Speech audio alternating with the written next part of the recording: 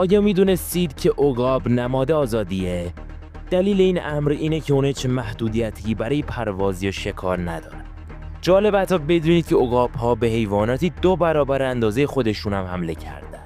با منقار قدرتمند و چنگال‌های تیز که 10 برابر قوی‌تر از یک انسان هستن، میتوان گفت که عقاب‌ها قادر به شکست هر حیوانی هستند. در ویدیوی امروز لحظاتی رو گردآوری کردیم که عقاب‌ها باعث شدن برخی از حیوانات عقلشون رو از دست بدن. بیایید با برخی از باور نکردنی ترین حملات عقاب که توسط دوربین‌ها ثبت شده شروع کنیم.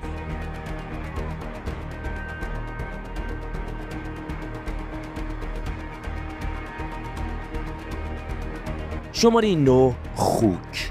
خوک‌های دکمه دار یا همون گراز خوک‌های وحشی معروفی هستند، اما اونا از هر نوع شکارچی ایمن نیستن. یکی از این شکارچیان عقاب‌ها هستن. در حالی که این خانواده خوک‌ها در حال غذا خوردن بودند، یک عقاب ناگهان برای حمله به اونها شیرجه زد. خوک‌ها به جای جنگ ترجیح میدن فرار کنند. با این حال متاسفانه خوک‌ها سریعتر از عقاب نبودند و عقاب یک بچه خوک را با یک پا در آغوش گرفته و به پرواز کردن ادامه داد. شاهدان این حادثه قطعاً تجربه احساسی رو چشیده بودند.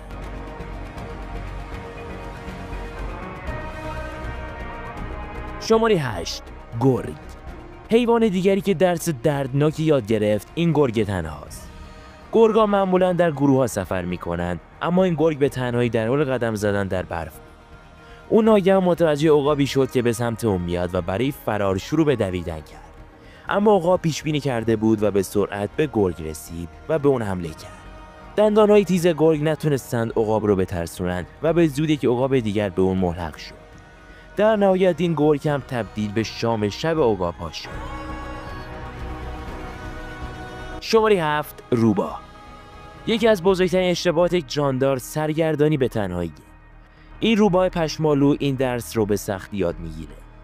او به نظر میرسی به کار خود فکر میکنه و در جستجوی دردسر نیست، ولی او هدف آسانی برای عقاب بود. ناگهان عقاب به سمت اون حمله کرد و تقریباً اونو به زمین زد. روباه سعی کرد عقاب رو گاز بگیره، اما این تلاش بی‌نتیجه بود، چرا که عقاب قبل از شروع به کار اونو شکار کرده بود. شماره 6 کوسه. این فیلمیه که عقاب تاس بزرگ رو نشون میده که به کوسه نزدیک میشه که در آبهای کم عمق ساحل قرار داره. عقاب نمیتونه باور کنه که کوسه اونجاست. در چنین موقعیتی عقاب باید کوسه رو به عمق آب بکشه. اون با بررسی اینکه آیا کوسه هنوز زنده است کار خودش رو شروع میکنه. 1 دقیقه بعد یک عقاب دیگه به گروه ملحق میشه. این 2 عقاب به هم شباهت دارن و ممکنه موقعیت خودشون رو عوض کرده باشن، اما به نظر میرسه که دومین عقابه که شروع به خوردن کوسه میکنه. شماره 5 میمون. این عقاب هارپی در آستانه خوردن یکی از میمون هاست. فقط نگاه کنید که چگونه سرش رو در انتظار حرکت میچرخونه.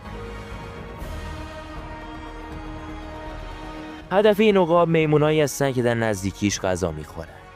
عقاب تقریباً بلافاصله پرواز میکنه و مستقیما به سمت هدفش حمله میکنه. میمونا از خطر بیخبر بودند، اما وقتی فهمیدن عقاب به سمتشون میاد، شروع به پریدن از درخت به درخت دیگر کردن. زیرا عقاب نمیتونه همزمان 2 چیز رو با چشمانش ردیابی کنه و این مشکل زیادی برای اونه. اما به نظرتون میمون بدشانس کدوم یکی خواهد بود؟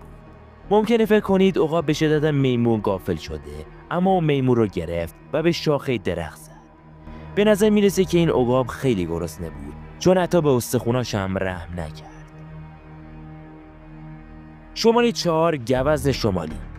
عقاب‌ها هیچ زمانی رو برای شکار کردن تلف نمی‌کنند، به ویژه اگر حیوانات هدفشون گوزن‌های شمالی باشن. این عقاب بر روی یک سنگ آرام نشسته بود و شاید در حال فکر کردن به این بود که کدوم گوزن رو بخوره. فقط چند دقیقه طول کشید تا تصمیمش رو بگیره و سپس به داخل گله گوزن‌ها حمله کرد. اندازه و حجم گوزن اصلاً اونو نمی‌ترسوند. با این حال حیوانات گله خطر رو احساس کردن و بلافاصله شروع به دویدن کردن. ممکنه فکر کنید عقاب کندترین گوزن رو انتخاب میکنه، اما نه، این گونه نبود. اون گوزنی کندتر عبور کرد و بر روی گوزن دومی فرود آمد و پادشاهی رو از اون گرفت. گوزن تلاش میکرد خودش را از چنگال‌های قدرتمند عقاب رها کنه، اما هیچ وقت موفق نشد. شماره 3. خرس. بله درست شنیدید، در مورد خرس گریزلی صحبت میکنیم. این عقاب برای اینکه به موجودی بزرگ و گولپیکر حمله کنه نیاز به شجاعت زیادی داره. اما یک دقیقه صبر کنید. عقاب‌ها اهمیتی نمیدن که حیوان مقابلشون چقدر بزرگه. با این حال درک اینکه چرا این عقاب تصمیم گرفت به خرس گریزلی که کار خودش رو میکرد حمله کنه هنوز برای ما سخته. خرس به وضوح تعجب کرد و وقتی چیزی به سرش خورد متوجه نشد چه اتفاقی افتاده. عقاب به سرعت متوجه شد که هدفش تقریبا غیر ممکنه و به نظر نمیرسه برای حمله دوباره برگرده. شماره 2. تمساح. برای دیدن تقابل بیرحمانه طبیعت آماده بشید. این تمساح مادر روی تخماش نشسته تا اونا رو گرم و سالم نگه داره. در عوض عقاب کاملا آرام به نظر میرسه و مشخص نیست که چه نقشه‌ای در ذهن داره. چند ماه میگذره و نوزادان تمساح از تخم‌ها بیرون میاد.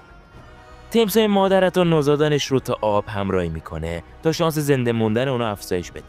در این حال عقاب در حالت آماده باشه. تمساح‌ها به حملات ناگهانی معروفن، اما این عقاب شرایط سختی رو برای نوزادان تمساح ایجاد میکنه. یکی از نوزادان قبل از رسیدن به آب توسط عقاب روبوده میشه و تمساح مادر تلاش میکنه تا اون رو نجات بده، اما هیچ وقت موفق نمیشه.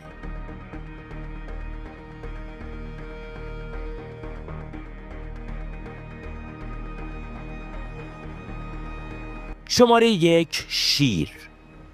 شیر پادشاه جنگله، اما او به عنوان پادشاه آسمان شناخته نمیشه. وقتی صحبت از حمله به میان میاد، همونطور که قبلا گفتیم عقاب هیچ زمانی رو هدر نمیده. در این فیلم ضبط شده عقاب گروهی شیرهای ماده و توله‌هاشون رو روی شاخه درخت میبینه و قصد داره که توله ها رو بدزده.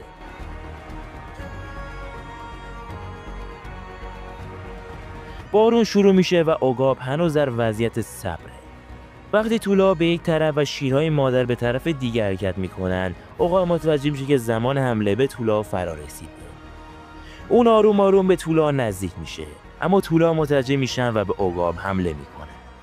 شیر مادر هم وارد عمل میشه، اما اتفاقی که نباید بیفته میفته.